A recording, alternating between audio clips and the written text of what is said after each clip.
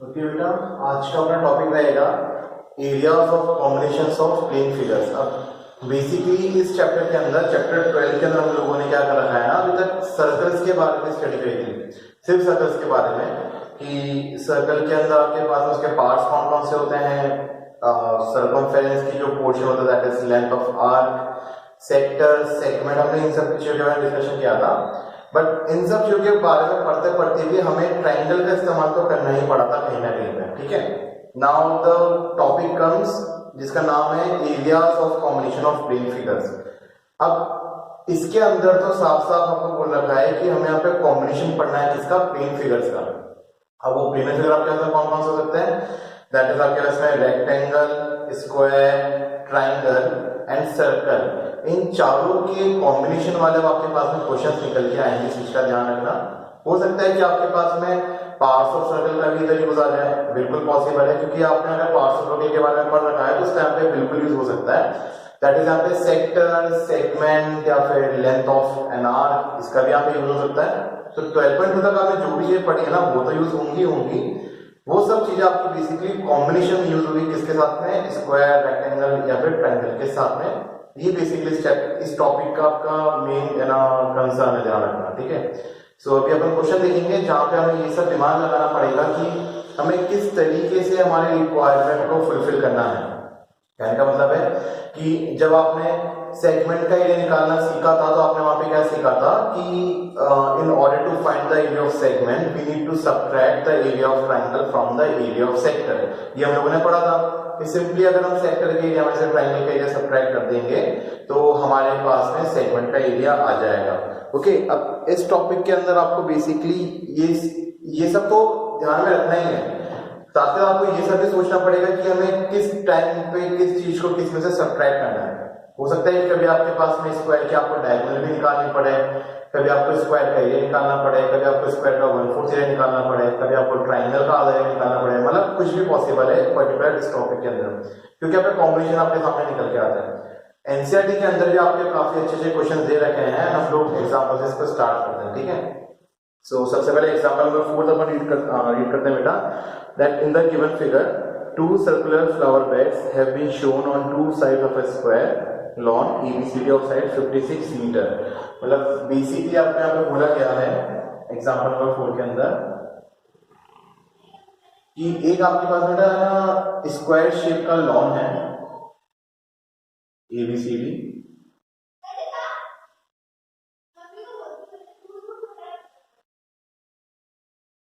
Now this is a square shaped lawn and यहाँ पे बेटा आपको इसकी साइड दे रखी है ना, that is this AD BC CD AB चारों बराबर ही होंगी, ये आपको दे रखी है 56 मीटर की, ठीक है। सो हमें चारों तरफ लिखने की जरूरत नहीं है, कौन सी बात है कि स्क्वायर तो चारों साइड बराबर होती है। फिर बोला गया there are two circular flower beds on the sides of the square, मतलब CD के ऊपर एक सर्कुलर शेप का आपको यहाँ पे फ्लावर बेड दे रखा है, AB के जरिए आपको फ्लावर बेड दे रखा है, ठीक है। दोनों ही आपके आइडेंटिकल है क्वेश्चन के अकॉर्डिंग। आगे बोला गया है if the centre of each circular flower bed is the point of intersection O of the diagonals of the square lawn. मतलब जब हम इस स्क्वायर की डायगोनल्स बनाएंगे तो जो बेटा पॉइंट ऑफ इंटरसेक्शन निकल के आएगा ना, पॉइंट O वो इस सर्कुलर फ्लावर बेड का सेंटर है, दैट इज आप यहाँ पे कह सकते हो this OD OC OA and OB are the radii, ठीक है ना। इस चीज का ध्यान रखना, अगर आप सिर्फ इस चीज को देखोगे ना ODC कर्व वाले पार्ट, तो आपको यहाँ पे एक सेक्टर दिखाई देगा। एंड ये आपको बोला गया क्वेश्चन के अंदर कि the point of intersection of both the diagonals is the centre for this circular flower bed, ठीक है। We need to find the sum of the areas of the lawn and the flower beds. हमको बेटा इस पूरे lawn का area और दोनों जो फ्लावर बेड्स हैं इनके एरियाज का सम निकालना है। तो देखो जब हम बात करते हैं इस फ्लावर बेड के एरिया के तो it will look like a segment, ये आपको सेगमेंट के साथ दिखाई देगा, आप आराम से यहाँ पे ऑब्जर्व कर सकते हो। अगर ये OD से आपका एक सेक्टर है, इसको मैं आपको साइड में बना के दिखाता हूँ। अगर ये आपका एक सेक्टर है जैसे CD, तो ये पोर्शन आपका क्या हो जाएगा, यहाँ पे सेगमेंट हो जाएगा। एंड सेगमेंट का निकालना हम लोगों ने सीख रखा है, that is by subtracting the area of triangle from the area of sector. So ये क्वेश्चन आसान है, दिक्कत नहीं है बस, लेकिन कैलकुलेशन और थोड़ा सा लेंदी है, इससे इस क्वेश्चन में कुछ खास क्या नहीं करने के लिए ना। अब ध्यान से ना कि हमें ये रिक्वायरमेंट कैसे फुलफिल करते हैं, इसके लिए बेटा जरूरी है कि आपको ना स्क्वायर की प्रॉपर्टीज के बारे में पता हो। अगर आपको स्क्वायर की प्रॉपर्टीज के बारे में नहीं पता होगा तो ये क्वेश्चन वैसे भी आपको अपने आप टफ लगने लग जाएगा, जबकि क्वेश्चन बिल्कुल भी टफ नहीं है, इस चीज का ध्यान रखना। सो अब अच्छा रहेगा अगर आप स्क्वायर की प्रॉपर्टीज के बारे में रीड करोगे, स्क्वायर की डायगोनल की लेंथ क्या होती है, स्क्वायर की डायगोनल्स किस एंगल पे इंटरसेक्ट करती हैं, ये सब जानना जरूरी है इस टाइप के क्वेश्चंस को करने के लिए। क्योंकि जब हम 10th क्लास में क्वेश्चन अटेंड कर रहे हैं तो हम यहाँ पे थ्योरी नहीं लिखने वाले, हम डायरेक्टली उन चीजों का इस्तेमाल करेंगे जो हम ऑलरेडी पढ़ के आ चुके हैं 9th क्लास तक। इस चीज का भी ध्यान रखना, ठीक है। सो हमें अच्छे से पता है कि स्क्वायर की जो डायगोनल्स होती है ना बेटा, वो एक दूसरे को परपेंडिकुलरली बाइसेक्ट करती हैं। तो कहने का मतलब हो गया कि ओडी, ओसी, ओ और ओबी चारों ही लाइन सेगमेंट आपस में बराबर होने वाले हैं, क्योंकि स्क्वायर की डायगोनल्स भी आपस में बराबर होती है। एंड यहाँ जो ये एंगल बनेगा ये आपके पास में कितना बनता है, 90 डिग्री का बनता है, because diagonals of A square bisects each other perpendicularly. इस चीज का ध्यान रखना, ठीक है। अब अगर मैं ये टोटल एरिया निकालना चाहूँ तो बेटा सबसे पहले मैं फोकस करता हूँ सेगमेंट के एरिया पे, सेगमेंट के एरिया पे निकालने में। जो एरिया इस फ्लावर बेड का आएगा वही एरिया इस फ्लावर बेड पे भी आएगा। तो मैं सिर्फ एक सेगमेंट के एरिया निकालूंगा, उसको मैं 2 से मल्टीप्लाई कर दूंगा, देन उन दोनों सेगमेंट के एरिया के अंदर मैं क्या करूंगा ना, इस स्क्वायर के एरिया को ऐड कर दूंगा, एंड इस तरीके से मेरे पास में मेरा टोटल एरिया निकल के आ जाएगा। तो अपन स्टेप बाय स्टेप इसके अंदर आगे बढ़ते हैं, ठीक है। सबसे पहले अपन स्क्वायर के एरिया पे निकाल के रख लेते हैं। Area of square shaped lawn. अब स्क्वायर के एरिया का फॉर्मूला आपको पता होना चाहिए, that is side into side. तो इधर अपन सिंपल इसको लिखते हैं साइड स्क्वायर। आपको साइड दे रखी है 56 मीटर, तो जाएगा 56 का स्क्वायर। स्क्वायर निकालना आपको आना चाहिए, ध्यान रखना बेटा, मल्टीप्लाई कर लो, जैसे आपको निकालना था वैसे फाइंड कर सकते हो स्क्वायर को आप।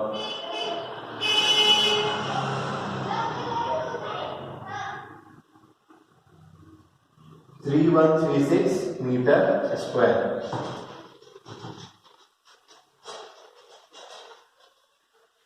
ठीक है, ये आपके पास में स्क्वायर शेप लॉन का एरिया का। अब मेरा फोकस रहेगा सेगमेंट, दोनों सेगमेंट्स के एरिया का निकालने का, है ना। तो मैं एक सेगमेंट का एरिया निकालूंगा and we will multiply by 2, ध्यान रखना, ठीक है। सो हमें अच्छे से पता पड़ रहा है that the diagonals of a square bisects each other perpendicularly. Diagonals of a square bisect each other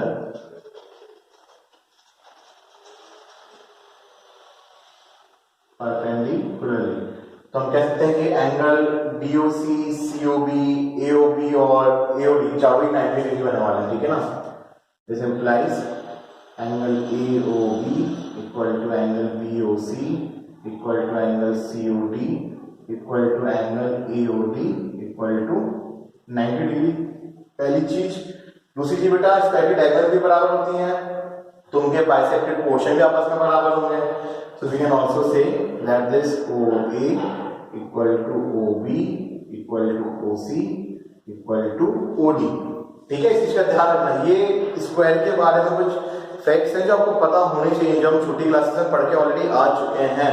इन चीजों का ध्यान रखना, ये दो चीजें बहुत इंपॉर्टेंट होती हैं स्क्वायर के रेस्पेक्ट में बात में। अब मुझे बेटा यहाँ पे सेक्टर के एरिया में निकालना है ना, और उसके लिए मुझे इस OC की लेंथ जो चाहिए होगी ना, वो हम कैसे निकालेंगे आपको ये भी बताता हूँ।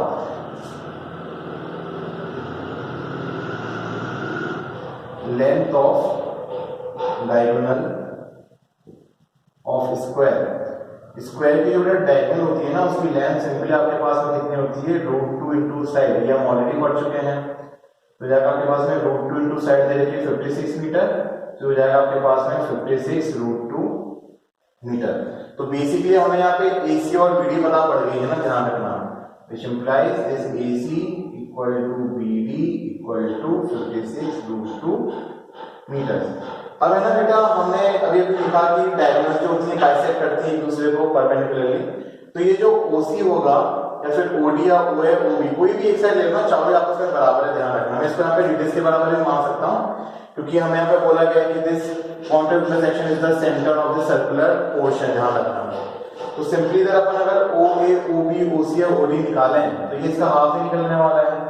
ओ ए बराबर ओ बी बराबर ओ सी बराबर O D will be equal to 56√2 by 2 that will be equal to 28√2 metre.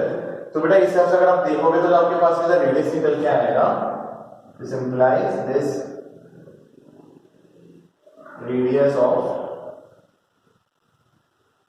Circular section will be equal to 28√2 metre.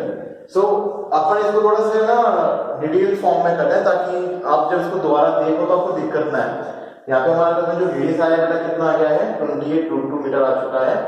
And अब हम इस रेडियस की मदद से हमारे पास में एंगल ऑफ सेक्टर भी है दैट इज 90 डिग्री, हमारे पास में रेडियस भी आ चुका है। Now we can find the area of sector using the formula θ/360 into pi r square, ठीक है ना। Therefore area of sector ODC will be equal to θ/360 into pi r square। And आप अच्छे से इसको देखो बेटा, मैं इसके यहाँ से साइड से रब कर देता हूँ। हमारे पास में यह पर्टिकुलर एरिया तो आ चुका है ना, आराम से इसको एक बार ऑब्जर्व कर लो, इसमें से आप चीज को अच्छे से नोट डाउन कर लेना। इसमें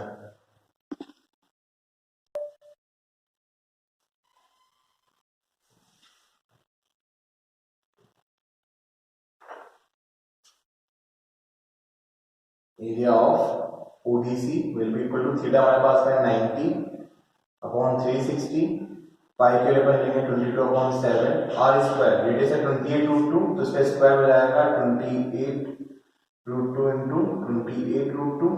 अगेन बेटा ये 0 से 0 गया, ये 9 से जाएगा आपके पास में 4 बार, 7 से जाएगा 28 4 टाइम्स, ये 4 से 4 भी गया, आपके ग्राउंड में कुछ भी नहीं बचेगा। ऊपर आपके पास में क्या क्या बचा ऑब्जर्व करना है, यहाँ तो बचा 22√2 into √2 हो जाएगा 2, तो this will be equal to 22 into 2 into 28 that is 44 into 28। यहाँ पे अपन 28 को 44 से मल्टीप्लाई भी कर लेते हैं।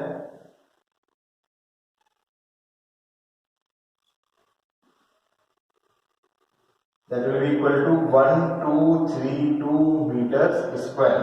अब बेसिकली हमारे पास में बेटा क्या सेक्टर का एरिया आया है 1232 मीटर स्क्वायर, बट हमें यहाँ पे सेगमेंट का एरिया निकालना है। अभी तो मुझे इस सेक्टर के एरिया में से क्या करना पड़ेगा ना, ट्रायंगल के एरिया को सबट्रैक्ट भी करना पड़ेगा, ध्यान रखना। अब देखो हमें ये अच्छे से पता है कि जो ट्रायंगल बन रहा है यहाँ पे राइट एंगल ट्रायंगल बन रहा है, so its area will be equal to half into base into height, and जो रेडियस होगी वही इस केस में आपकी बेस और हाइट दोनों होती है। और ये चीज हम लोगों ने 12.2 एक्सरसाइज में काफी परफॉर्म करिए, ध्यान रखना, ठीक है। सो इधर अपन अब बेटा एरिया ऑफ ट्रायंगल निकाल लेते हैं ओडीसी।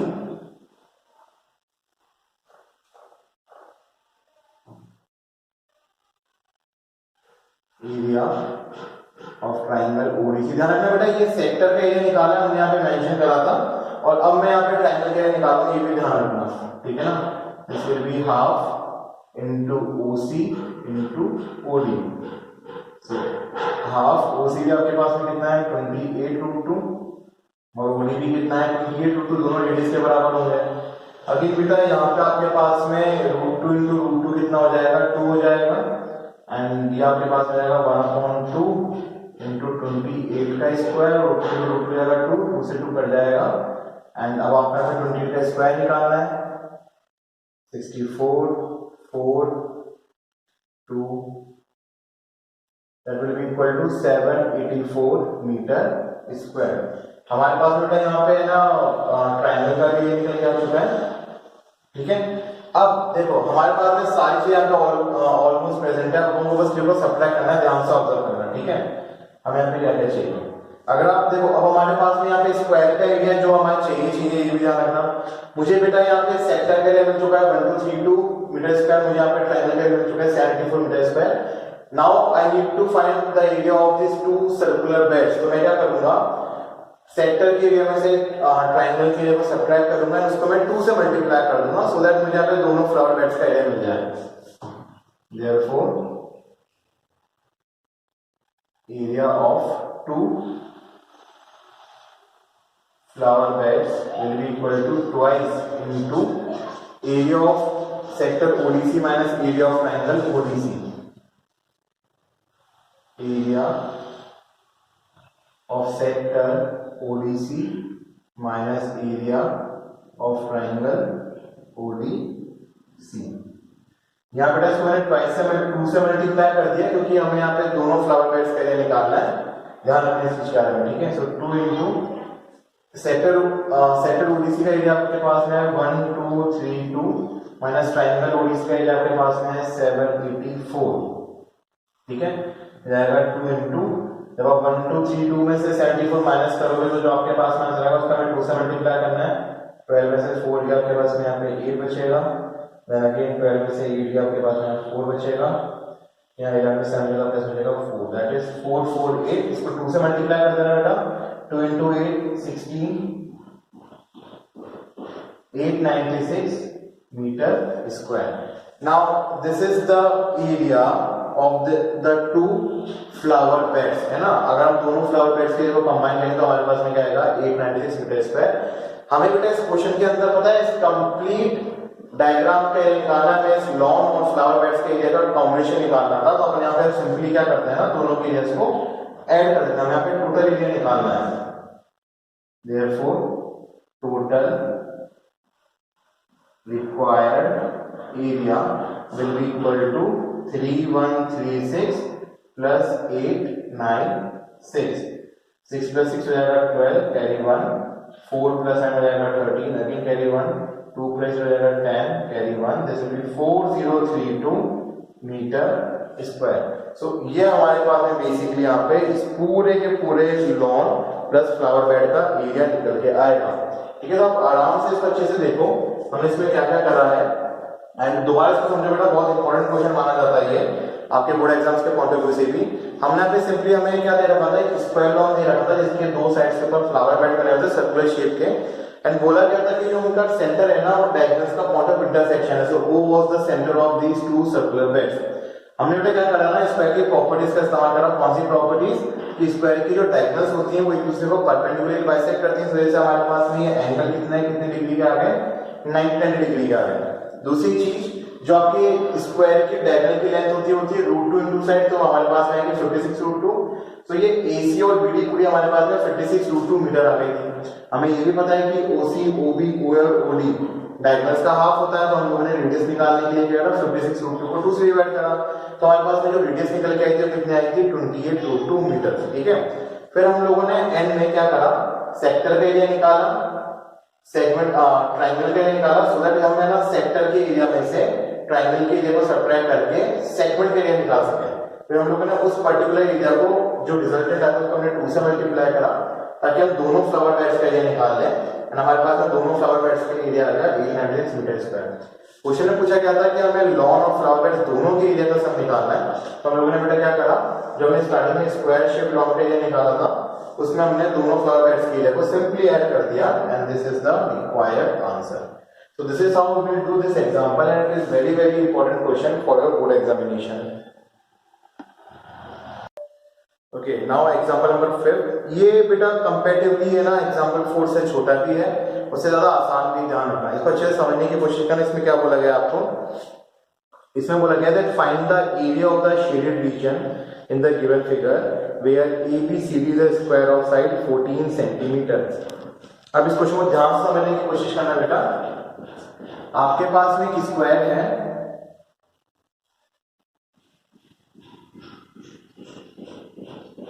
डायग्राम आपको थोड़ा अच्छा बनाने की कोशिश करना, ठीक है।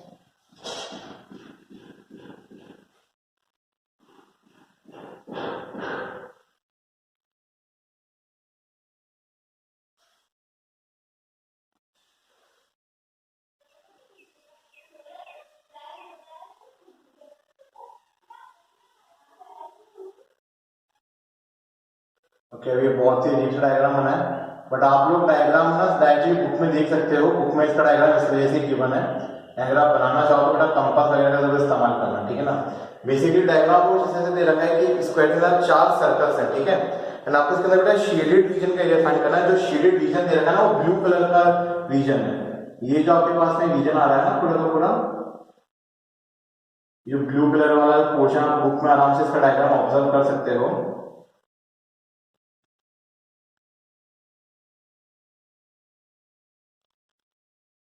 This is the shaded region you need to find. अब देखो, अगर मैं आपको इसको है ना एक पहेली जैसे पूछूं कि बेटा क्या क्या तरीके हैं इस रीजन को फाइंड करने के, तो आपको थोड़ा सा दिमाग को है ना ढंग से यूज करना, थोड़ा अच्छे से उसको चलाने की कोशिश करना कि हम कौन कौन से तरीकों से ये निकाल सकते हैं। तो मुझे तो यहाँ पे ये ऑब्जर्व हो रहा है कि अगर मैं स्क्वायर के एरिया में से, स्क्वायर के कंप्लीट एरिया में से अगर मैं चारों सर्कल के एरिया को माइनस कर दूंगा तो जो बचा हुआ एरिया आएगा वो ऑटोमेटिकली मेरे पास में शेडेड रीजन आ जाएगा। So this is the way that I will going to use in solving this question, ठीक है ना। तो इधर मैं पहले इस कंसेप्ट को लिख देता हूं that area of shaded reason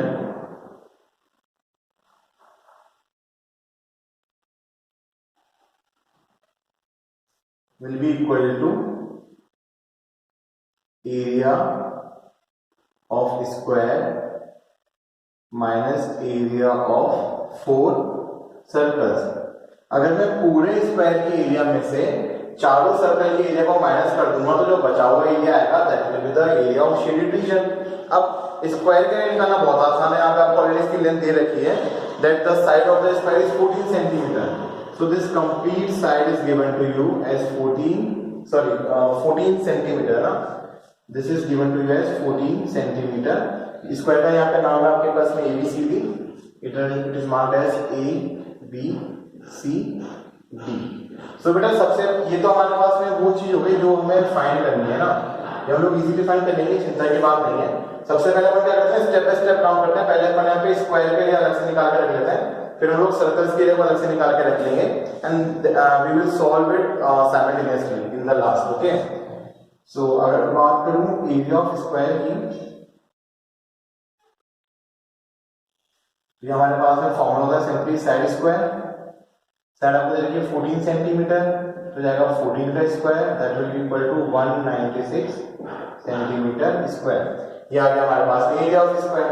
अब बेटा एरिया ऑफ सर्कल निकालूंगा, सर्कल के लिए निकालने के लिए मेरे पास में फॉर्मूला होता है that is pi r square, लेकिन यहाँ पे मेरे पास में डायरेक्टली रेडियस मुझे नहीं गिवन है, मुझे यहाँ पे रेडियस पता करनी पड़ेगी। अब ध्यान से ऑब्जर्व करना, चारों सर्कल आपके आइडेंटिकल है ना, एंड दिस इज 14 सेंटीमीटर। तो अगर मैं इस पॉइंट से लेके इस पॉइंट तक का भी डिस्टेंस निकालूंगा, मान लो मैंने अपना नाम लिख दिया इसको EF, तो ये EF भी मेरे पास में कितना आएगा, 14 सेंटीमीटर आने वाला है। नाउ दिस पॉइंट G, ये बेटा मेरे पास में बॉर्डर वाला पॉइंट है, वो पॉइंट है जहां पे दोनों सर्कल इसको टच कर रहे हैं। तो this EG will be half of EF, इस चीज का ध्यान रखना। Here EG will be half of EF। थोड़ा सिंपली मेरे पास में यहाँ पे EG कितना आ जाएगा, हाफ इंटू 14, एंड ये जो EG मेरे पास में आएगा that will be equal to 7 centimetre. अब अगर आप इस EG को ध्यान से देखोगे ना बेटा, तो ये इस सर्कल का क्या है, यहाँ पे डायमीटर है ना, इधर आपको लिखना पड़ेगा it is diameter of circle. मैं यहाँ पे सिर्फ एक सर्कल के लिए वर्क कर रहा हूँ क्योंकि चारों सर्कल आइडेंटिकल है, तो एक सर्कल का जो रेडियस होगा वही बाकी सब सर्कल का रेडियस होगा, एंड जो आपका एक सर्कल का एरिया होगा वही आपके सारे सर्कल्स का एरिया होगा। तो उसको n में 4 से मल्टीप्लाई कर देंगे, ध्यान रखना। So we can say therefore r will be equal to 7/2 centimetre. जो रेडियस होता है वो आपके डायमीटर का क्या होता है, हाफ होता है, r पता पड़ गया। अब यहाँ पे हमको क्या करना है ना, सिंपली इस सर्कल का एरिया निकालना है। बट हमें बेटा अगर आप ध्यान से क्वेश्चन को ऑब्जर्व करोगे तो हमें यहाँ पे 4 सर्कल का एरिया निकालना है ना, तो इधर अपन सीधे 4 सर्कल्स के एरिया की बात करते हैं। देयरफॉर एरिया ऑफ 4 सर्कल्स, तो मैं सिंपली क्या करूंगा, इसको 4 से मल्टीप्लाई कर दूंगा, 4 इंटू पाई आर स्क्वायर। ये हमारे पास में आ गया 4 इंटू पाई आर स्क्वायर। अब यहाँ पे अपन सिंपली क्या करते हैं, वैल्यू डालते हैं पाई और आर की, 4 पाई के 22/7, रेडियस हमारे पास में 7/2, तो यहाँ पर जाएगा 7/2 इंटू 7/2, 7 से 7 गया, ये 2 से गया 2 बार, ये 2 से 2 भी गया, 22 इंटू 7 आपके पास में होता है 154 सेंटीमीटर स्क्वायर। यहाँ पे हमारे पास में बेटा चारों सर्कल्स का एरिया कितना आ गया, 154 सेंटीमीटर स्क्वायर। अब हमें यहाँ पे क्या चाहिए था, शेडेड रीजन चाहिए था ना, तो हम यहाँ पे डायरेक्टली शेडेड रीजन का एरिया निकाल सकते हैं। Therefore area of shaded region will be equal to square के एरिया में से क्या करते हैं, इन चारों सर्कल्स के एरिया को सब्ट्रैक्ट कर देते हैं। ये आपके पास में आएगा 196 minus 154 242 centimetre square. So this is the required area जो हम इस सेक्शन निकालेंगे। अब ये क्वेश्चन आपके प्रीवियस क्वेश्चन से बहुत ज्यादा सिंपल, बहुत ज्यादा शॉर्ट है और बहुत ज्यादा इजीली इसमें कैलकुलेशन आपकी हो सकती है। तो आप अच्छे से क्वेश्चन को देखना एंड मैं तो उम्मीद करूंगा कि इस टाइप के क्वेश्चन आपके बोर्ड एग्जाम में है, सो दैट ज्यादा दिक्कत आपको हो नहीं, ठीक है ना। सो आप आराम से इसको देखो, ऑब्जर्व करो एंड इसको समझने की कोशिश करो।